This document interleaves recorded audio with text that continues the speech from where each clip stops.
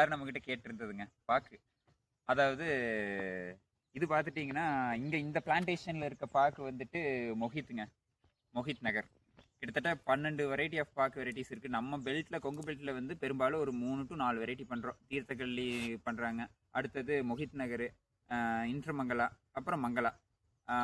ஒவ்வொரு சிலர் வந்து ஒரு கொஞ்சம் நாட்டுப்பாக்கும் போடுறாங்க. நாட்டுப்பாக்குக்கும் இதுக்கு ஈல்டு வயசுன்னு பார்த்துட்டா நாட்டுப்பாக்கு 2 அறுப்பு 3 அறுப்புங்கிற போது காடு சுத்தமாயிரும். இது 2 3 அறுப்பாக இருக்கணும். ஆக்சுவலாக இது வந்து ஹைப்ரிட் வெரைட்டி கிடையாதுங்க. இது வந்து வெஸ்ட் பெங்காலோட, அதாவது மொஹித் ஆகட்டும் மங்களாவாகட்டும், வெஸ்ட் பெங்காலோட நாட்டு வெரைட்டி தான் வந்து டெவலப் பண்ணி வந்தது தான். நம்ம சைடில் இது ஹைப்ரிடுங்கிற. ஆக்சுவலி இது வந்து ஹைப்ரிட் வெரைட்டி கிடையாது. வெஸ்ட் பெங்காலோட நாட்டு 12 வெரைட்டி என்னன்னு பார்த்துட்டோம்னா ஸ்ரீமங்கலா இருக்குது, சுபமங்கலா இருக்குது, ஸ்வர்ணமங்கலா இருக்குது, மதுரமங்கலா இருக்குது. அடுத்தது மொஹித்தில் இன்டர்மங்கலா, சாரி மங்களாலேயே அண்ட் மங்களானே ஒரு வெரைட்டி, அண்ட் இன்டர்மங்கலா வந்து நம்ம இதில் எப்படி சொல்லுவாங்கன்னா ஹெச்டி மங்களான்னு சொல்லுவாங்க, அதாவது ஷார்ட் வெரைட்டி. அடுத்தது இதுக்கு ஒரு பாக்குக்கும் இன்னொரு பாக்குக்கும் இருக்க ஸ்பேசிங்னு பார்த்துட்டா 7க்கு 7 வைக்கலாங்க, ஒவ்வொரு காட்டை பொறுத்தது.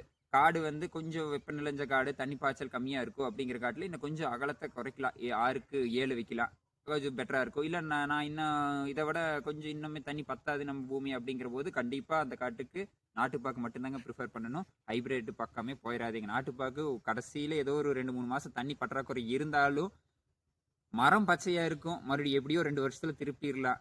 ஆனால் தென்னை இலவுக்கெல்லாம் வந்து பார்க்க நினச்சி பிளான்டேஷன் பண்ணிடாதீங்க. ஒரு சிலர் வந்து கண்ணை வச்சா வந்துடும் சொல்லிட்டு நிறைய பக்கம் இப்போ இந்த கொங்கு பெல்ட்லேருந்து outside of Kongu belt எல்லாம் பண்ணிட்டு இருக்காங்க. ஆனால் அதெல்லாம் வந்து மரம் தான் வருமே ஒழிய ஈல்டு வரவே வராது. தோப்புக்குள்ளே பிளான்டேஷன் போகிற போது தென்னை மரம் தோப்புக்குள்ளே வந்துட்டு ஒரு மரம் வந்து தென்னை வந்து ஒரு 8லேருந்து 10 வருஷத்துக்கு மேலே இருக்க மரத்துக்குள்ளே மட்டும்தாங்க இன்டர் கிராப்பிங் பண்ணணும். ஏன்னா அப்படி பண்ணினா தான் அந்த மரம் தென்னையோட காப்பு திறனும் குறையாது, பாக்கோட காப்பு திறனும் குறையாது. அந்த தென்னைக்குள்ளே வைக்கிற போது இடையில 2 லைன் வைக்கலாம், இல்லைன்னா 1 லைன் வைக்கலாம், அது ஒவ்வொருத்தர் ப்ரிஃபரன்ஸ் பொறுத்தது. ரொம்ப முக்கியமாக என்னென்னா தென்னை மாதிரி பாய்ச்சலும் காய்ச்சலுங்கிற மெத்தடில் வந்து பாக்குக்கு என்றைக்குமே ஒத்து வராது. பாக்குக்கு கம்பல்சரியாக ஈரப்பதங்கிறது இருந்துகிட்டே இருக்கணும்.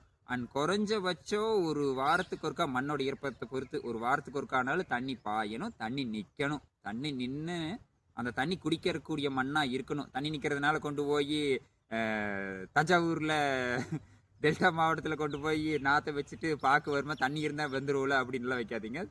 பாக்க பொறுத்த அளவுக்கு காடு பாயணும், அந்த காடு உணரணும், இதுதாங்க பேஸு. இதுக்கு அடுத்தது என்னென்ன ஃபீடிங் இதுக்கு பண்ணலாம் அப்படிங்கிறத அடுத்த வீடியோவில் பார்க்கலாம். Stay tune, bye bye.